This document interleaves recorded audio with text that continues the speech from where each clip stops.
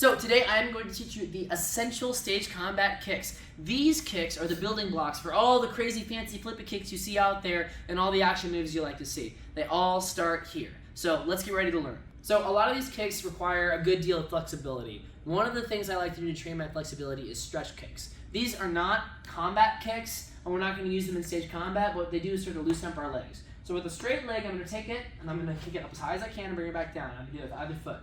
I like to do these kind of in a row, so I'll have an area, and I'll just kind of walk and do these as I walk. So those are stretch kicks, good way to start to loosen up our legs. The next kick we're going to do is a crescent kick. This is one you can use in choreography, but I also like to do it just as a stretch. The way this works is it's going to start from either the inside or the outside. So for an outside kick, my leg starts back here, and it comes up and circles around. I keep my leg as straight as I can, and I go in the biggest arc that I can. My hands kind of do different things to help me keep balance, but ideally they should be somewhere in here. You can use them kind of to help you balance and kind of have fun with them. Do what you want with your hands for now. But that's the outside to inside, and that one was inside to outside. So outside, inside, inside, outside. These are cool because once you start to get good at them, you can loop them together with stuff like that. So while you can use the crescent kicks in choreography, realistically this next kick is the first one you're probably going to use in choreography. This is the front kick. The way this one works is I'm going to bring my leg up like this. You can see my knee is high and my toes are already pulled back and pointed. Then I'm going to reach forward and bring it back. Just like that. Just like that. That's a front kick. I can go different heights. I can go low, middle, and high. The height of the knee determines the height of the kick. If you try and do it slow, you're not going to get very high unless you're crazy strong and flexible. So, front kick. Pop, pop, just like that. The next kick we're going to do is a round kick or roundhouse kick. This kick looks like this. The idea here is the kick is coming from the side and we're hitting with kind of either the shin or the shoelace part of the foot. There's two different ways we're going to learn this. This is the new school version. So it comes up, my foot is pointed, I turn my hips over, my bottom foot pivots, I go out, and I come back. Same thing facing this way. Up, pivot, out, back, just like that. You can also do this the old school way, where you come around, out, and back. So for this one, instead of coming up to do this kind of quick snap, I'm coming around. This one looks a little more powerful, but it's not as fast. And it's a little bit harder to control. So with this one, I bring my knee forward, out, and back. Just like the first one, the knee is what's going to determine where you kick. And this will come into play later when I'm using a partner. So wherever my knee stops, that's where my foot is going. Just like that. More Taekwondo style kicks you're going to hit right around here with the shoelaces area. And more Muay Thai kicks are going to hit with the shin. The Muay Thai kicks are actually more viable for combat. This part of the leg is going to do a lot more damage and it's a lot sturdier. But for stage combat, usually we're using the Taekwondo variation. It looks better on camera. Next we have the side kick. This one's fun. This is a flat-footed kick, or it can be with the blade of the foot. The blade of the foot is, you know when you're a kid and you turned your ankle sideways and you walked around like this? I know you did it, don't lie to me. That's the blade of the foot. So, we're either kicking with the heel or the blade of the foot, depending on the style you want to do. Old school way to do this is up, over, out, and back. Just like that. I'll show you this way. Ready? Up, over, out, and back. With the hands, I like to keep mine out like that to counterbalance. So as you see this, one stays forward, one stays back, helps me counterbalance so I have more weight going that way. That's old school version. There's this fun new corkscrew version that I like, where it comes up, and instead of pulling it back, you're gonna unfold that way. So up, unfold. It's fast. All of this is fine and dandy when we're kicking the air, but how do we use it in choreography? Well, for that, we need a partner. Hi, all right. So, when we're doing stage combat, it's all about the illusion of violence. So if I were to kick Kaylee in the face, it looks pretty good. I did what's called a nap there. I made contact with myself to make that.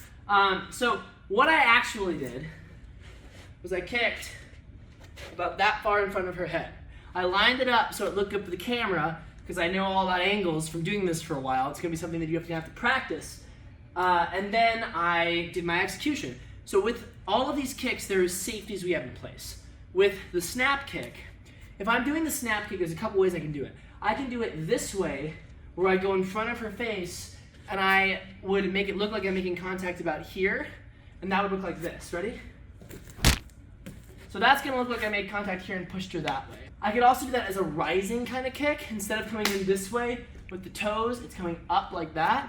So I could do like it goes up and hits her in the face there.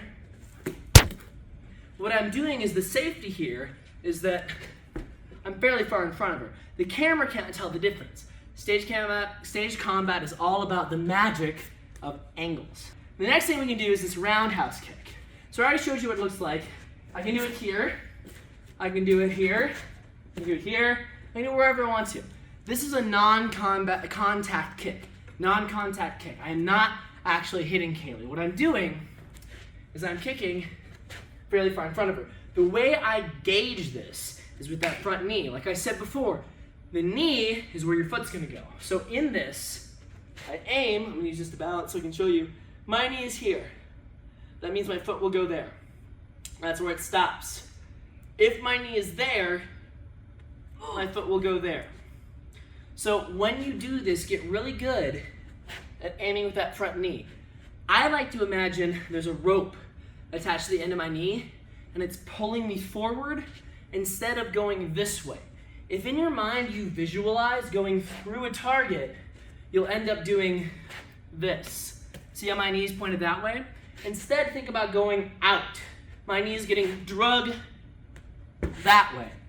That's my safety here. So I won't hit Kaylee because I stopped there. There are contact kicks we can do with this, but we're not going to work on those today. The next thing we can do actually is a contact kick, but it's fairly safe. It is the snap front kick. It also works for the side kick. It's called a plant kick. What I'm going to do is I'm going to give a weight sharing exercise with Kaylee. Where I talked to her, I already know what her boundaries are. I know she's comfortable being hit right about here, but if I didn't know that, I'd say, hey Kaylee, where are you comfortable with me putting my foot? Right there, so I'm gonna put my foot right there. What I'm going to do is I'm going to do the same as a front kick, but instead of doing my toes pulled back like this, which is the real technique, minimizing surface area to cause the most impact in the smallest area, I'm going to widen that surface area by putting my whole foot on her stomach like that. I'm gonna give her a little bit of pressure, and she's gonna give me a little bit of resistance, and then she's gonna move away. And when she moves away, I'm going to extend my foot, and it's gonna look like I'm kicking her. Ready? Like that. Now what really happened is she moved without me giving a push this time. So that's what happened. But I'm gonna extend my foot with her. Now if we get fast enough at it, let's go a little faster. Ready?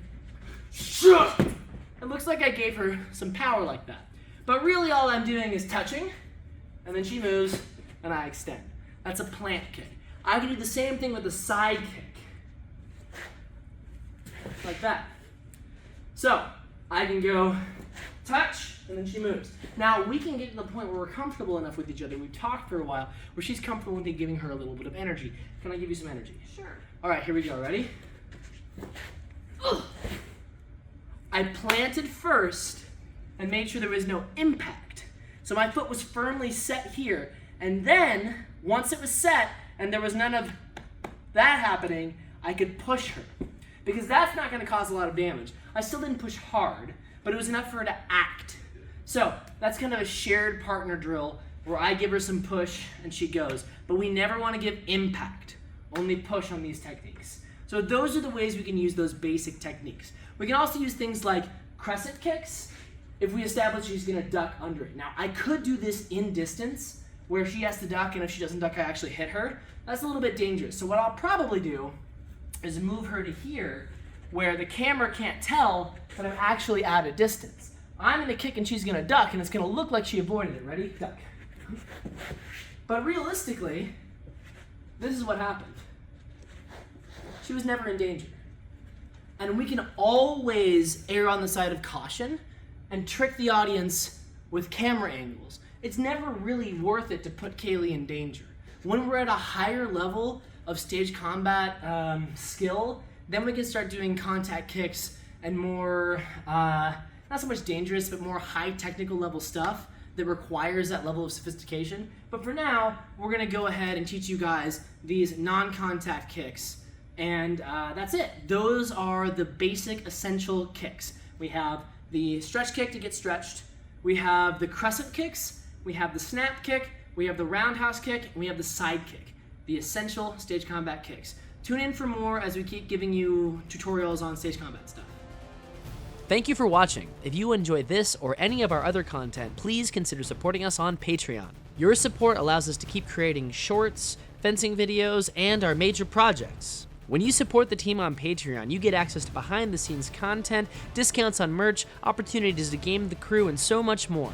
Don't forget to like and subscribe to stay up to date with all the fun stuff Sellsword Arts is doing. You can even ring the bell if you really feel like it. You can also join the community Discord and chat with the crew and other cool people with similar interests. And if you don't agree with something that I've said in one of these videos, you can always fill out the duel request form and challenge me to a duel so you can prove your point.